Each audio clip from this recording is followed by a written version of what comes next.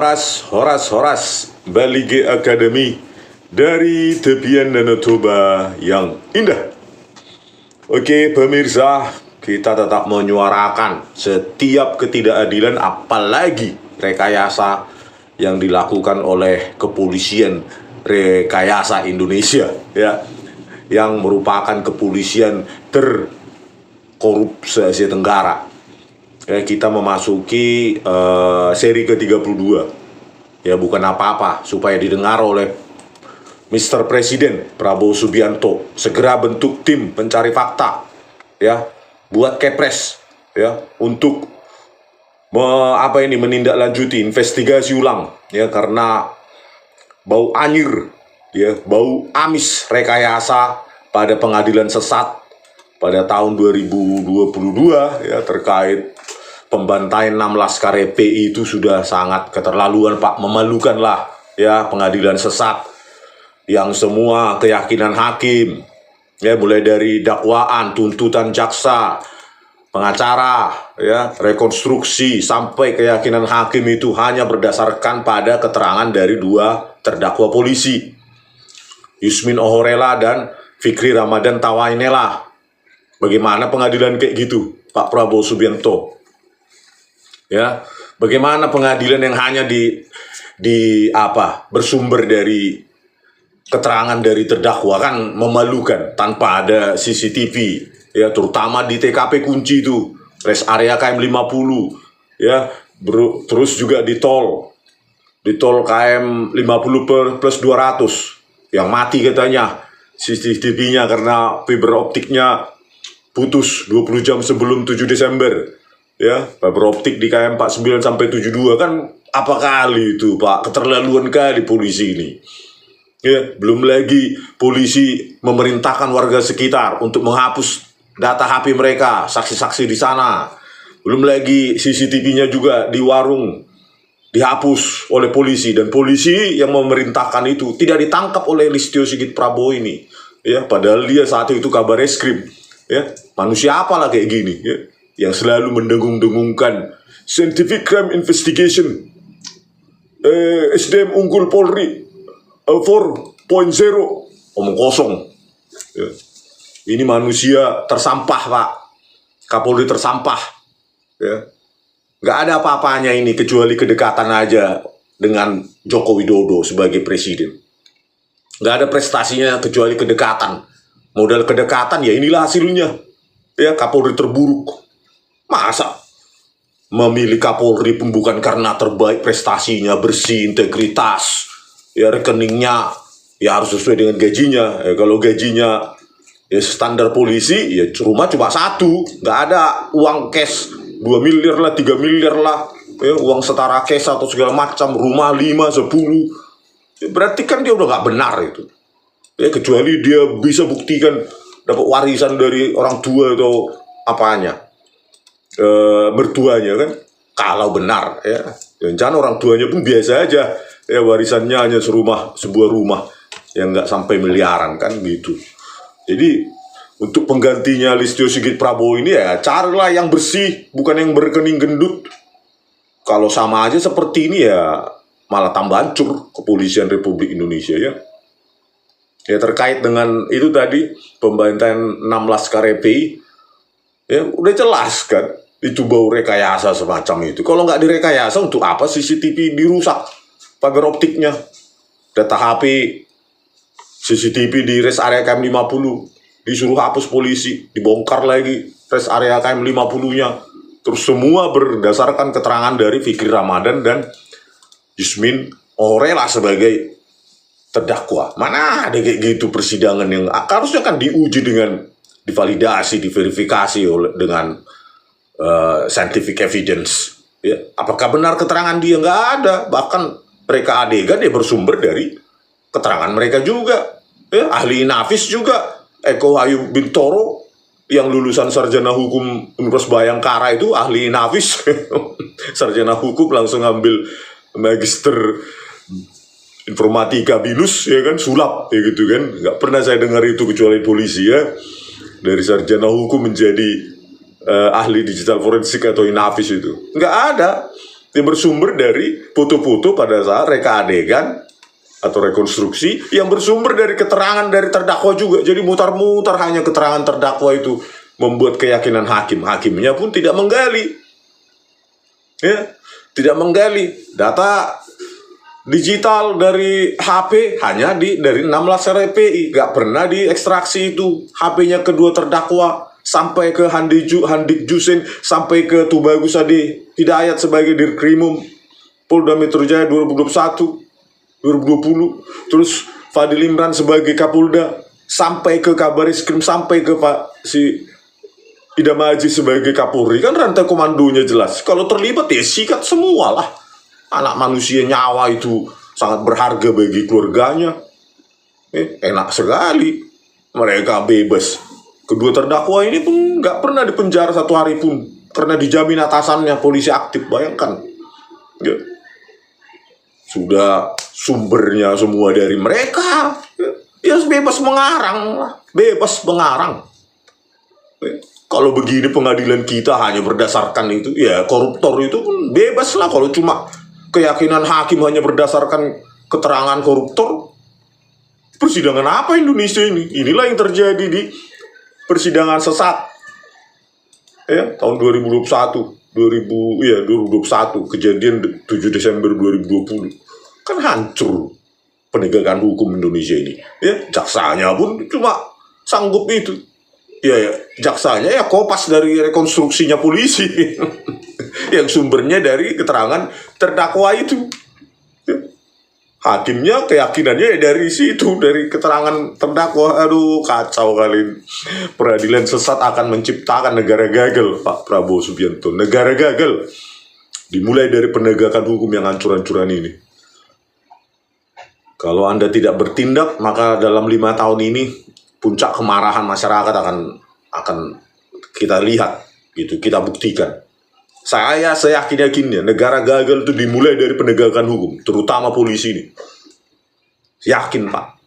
Belajar dari Syria dan segala macam negara-negara gagal itu mulai dari polisi. Ya, makanya tirulah Republik Georgia di Eropa Timur yang berani ya, presidennya berani membubarkan, bentuk ulang gitu.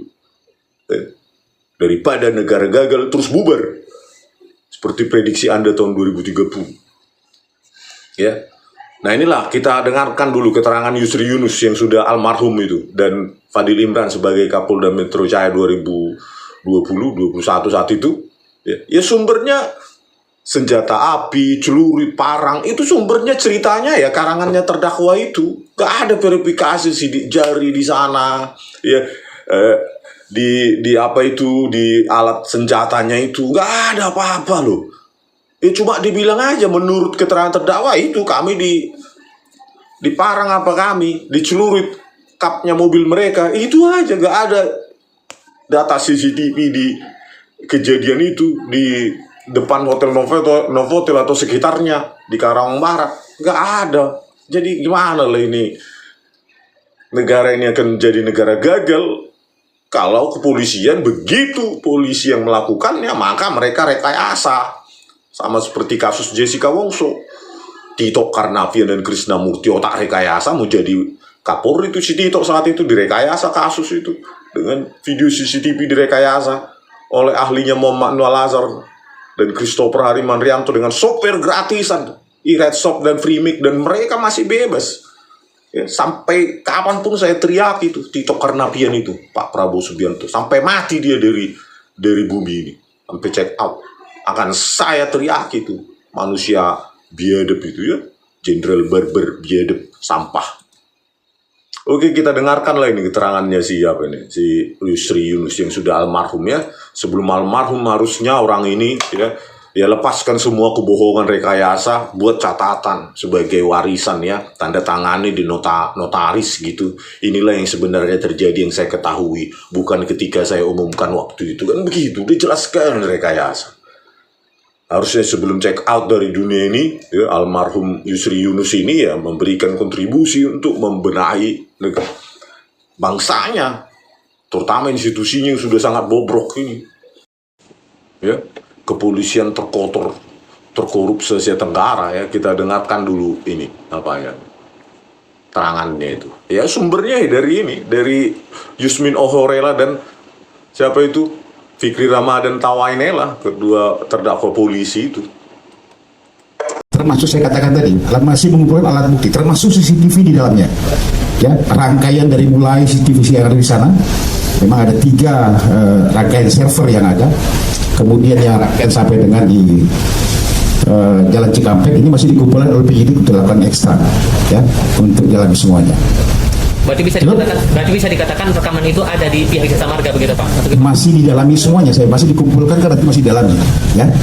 Mudah-mudahan. Sudah teridentifikasi belum Pak? Ya. 4 orang DPO yang diburu itu sudah teridentifikasi belum? Masih terus kita lakukan pengejaran. Mudah-mudahan secepatnya kita lakukan ini, ya. Termasuk keempat. Kami masih mengumpulkan, memberikan beberapa saksi yang ada. Yang lain silakan. Ada permintaan keterangan pada FPI, kemungkinan tahu posisi dari keempat DPO tersebut Pak? Pelan-pelan nanti, ini kan saya sudah katakan bahwa penyidik sedang mengumpulkan alat-alat bukti termasuk keterangan-keterangan saksi yang akan kita lakukan pemanggilan.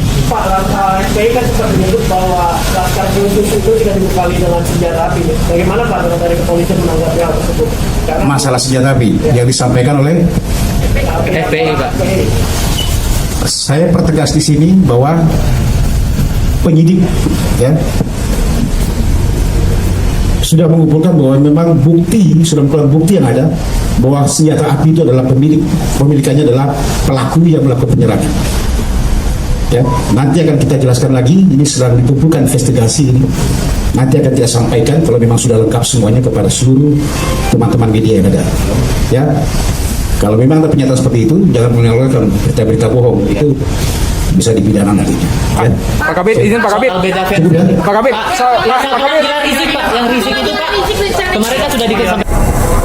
Tadi pagi sekitar pukul 00.30 WIB di jalan tol Jakarta Cikampek kilometer 50 telah terjadi penyerangan terhadap anggota Polri yang sedang melaksanakan tugas penyelidikan terkait dengan rencana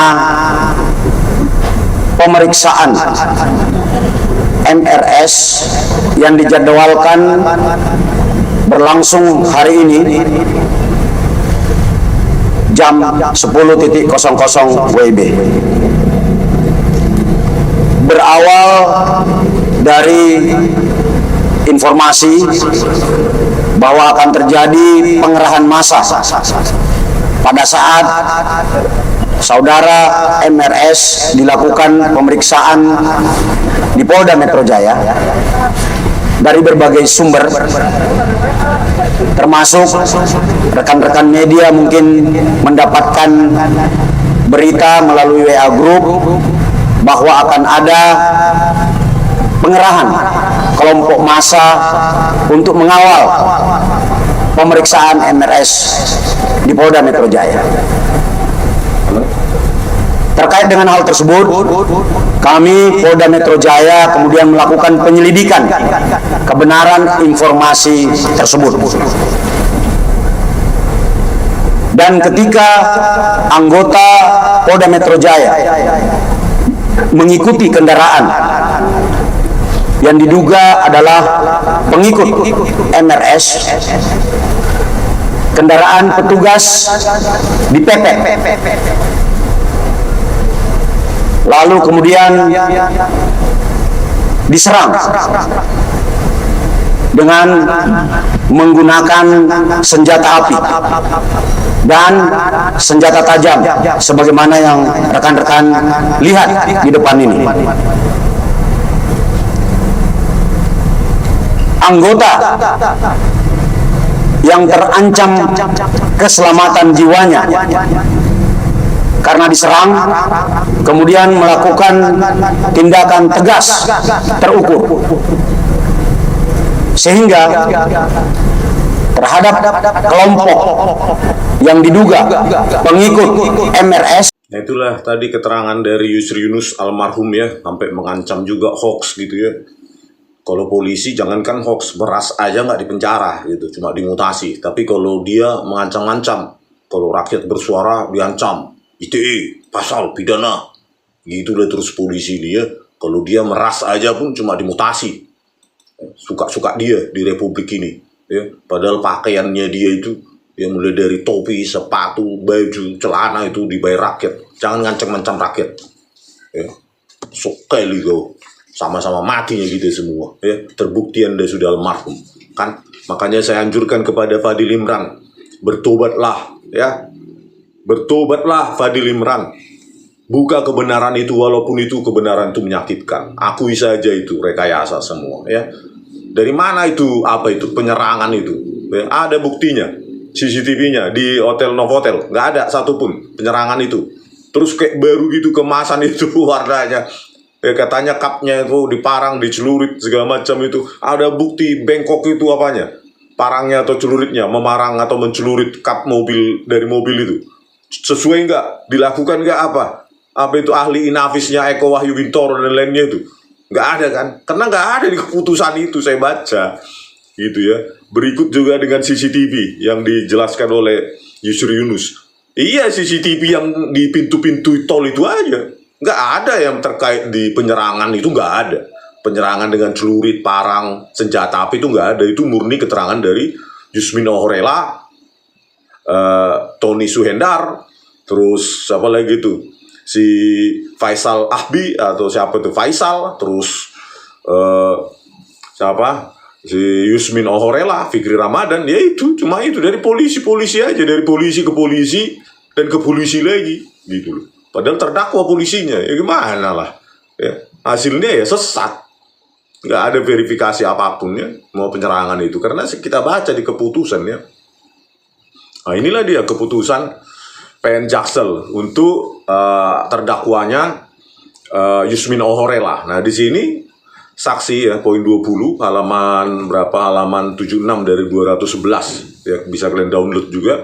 Di sini poin 20, saksi Fikri Ramadan di bawah sumpah pada pokoknya menerangkan sebagai berikut, dan dia menerangkan itu sesuai dengan reka adegan itu, dan nggak ada verifikasi apapun ya terkait penyerangan, yaitu ini bahwa kronologi terjadinya peristiwa meninggalnya 6 orang anggota FPI adalah sebagai berikut. Ini keterangan dia ini, semua keterangan dia, dan itu diadopsi oleh jaksa karena rekonstruksinya oleh polisi berdasarkan keterangan ini juga diadopsi oleh jaksa lewat dakwaan dan tuntutan untuk membuat yakin hakim yakin dan hakimnya yakin sumbernya dari terdakwa tok. Oh ya, sesat Nayon. Nah ini juga bahwa setelah itu mobil Chevrolet Spin warna bom menghalang-halangi mobil saksi dan berhenti tepat di depan mobil saksi, tepatnya di bundaran dekat Hotel Novotel Karawang, Jawa Barat. Selanjutnya turun 4 orang laki-laki yang membawa samurai, pedang, celurit, dan tongkat kayu runcing menyerang dan merusak kap mesin mobil saksi pada bagian kaca depan mobil sisi kiri. Tetapi nggak ada ditunjukkan pedangnya, samurainya sesuai nggak dengan apa?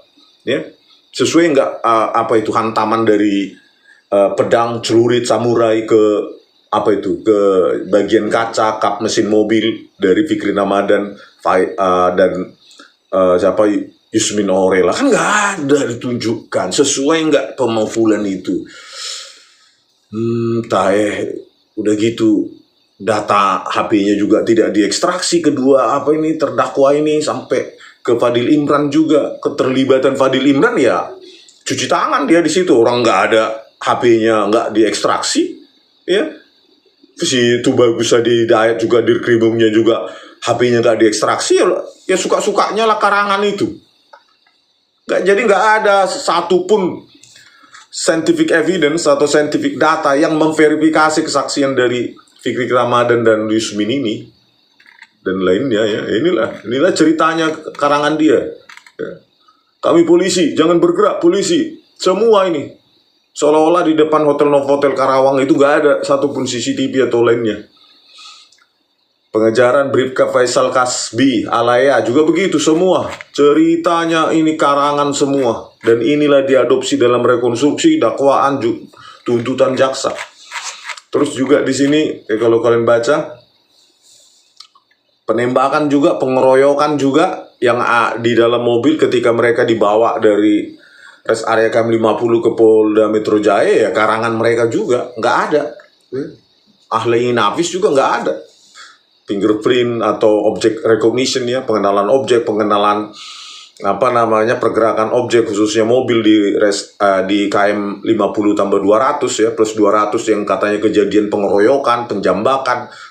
Itu nggak ada di CCTV karena fiber optiknya diputus oleh tim CCTV KM Duren 3, pimpinan Ferdi Sambo, Hendra Kurniawan, Agus Nurpatria, ya, Acai, Arif Cahaya itu yang sudah jadi polisi lagi dan naik pangkat, ya, dipromosi jabatan oleh Listio, dan siapa itu Irfan Widianto. Itulah yang memutus CCTV itu, gitu loh. Karena dia yang merusak CCTV Duren 3, ya jelas mereka yang memutus CCTV fiber optik KM50 itu tuh jelas itu. Memang sudah jago mereka itu, jago merusak. Dan itu disebutkan dalam tuntutan jaksa di kasus perdagangan Sambo oleh Irjen Teddy Minahasa ya, mantan Kapolda Sumatera Barat. Itu jelas mereka sebutkan juga itu. Dan dari mulutnya ini pledoi atau apanya si Teddy Minahasa juga disebutkan. Inilah semua kesaksian. Ini nggak ada satupun object recognition, face recognition dan segala macam itu oleh ahli Napis Polri, nggak ada. Ya jadi cuma karangan. Ya, hanya anak-anak lah yang percaya sebuah karangan, ya, sebuah cerita tanpa ada verifikasi apapun. Itulah yang disajikan oleh Fadil Imran tadi itu, senjata itu nggak ada. Jadi mau bagaimana ini Pak Prabowo Subianto? Mau kita biarkan polisi ini semena-mena, ya, sesuai versinya, apapun harus dipercaya publik tanpa ada validasi, verifikasi, konfirmasi dari scientific evidence. Makanya pecat itu Kapolri secepatnya Listio Sigit Prabowo dan bentuk tim investigasi independen supaya ini bisa diadili di pengadilan HAM, bukan pengadilan biasa, karena ini sudah pelanggaran HAM berat yang dilakukan oleh institusi negara yang bernama Kepolisian Republik Indonesia yang jago meras, jago rekayasa kasus. Makanya menjadi kepolisian terkorup se Asia Tenggara pimpinan Listio Sigit Prabowo ini. Secepatnya itu Pak, ya. Karena kami tidak mau ini terjadi lagi ya, pembantaian pada warga sipil, terus setelah itu direkayasa, ya. Reka adegannya, rekonstruksinya semua bersumber dari terdakwa polisi. Mau jadi apa republik ini kalau begini? Ya. Jangan sampai bubar republik ini Pak, karena penegakan hukum kepolisian hancur-hancuran. Anda sudah naikkan anggaran 126 triliun, harus dipertanggungjawabkan, itu keringat rakyat. Itu bukan uang main-main itu. Keringat rakyat yang kerja mulai dari pagi sampai malam, malam sampai pagi. Ya, untuk membiayai semua seragam mereka. Ya, mulai dari ikat pinggang, sepatu, celana, baju, kaos dalam, kolor, ya, topi, segala macam, sama label-label bintangnya itu. Itu uang rakyat itu. Jangan dipermainkan uang rakyat hanya untuk merekayasa kayak gini. Ya. Kalau nggak bisa lagi kepolisian diubah Pak, bubarkan. Bentuk yang baru seperti Republik Georgia itu, presidennya hebat. Berani. Ya. Nggak perlu seorang Danjen Kopassus untuk membubarkan kepolisian. Ya. Orang biasa pun bisanya kalau jadi presiden. Tinggal masalahnya keberanian untuk membenahi Indonesia ini. Jangan sampai bubar. Oke, sampai jumpa di video kami selanjutnya. Horas.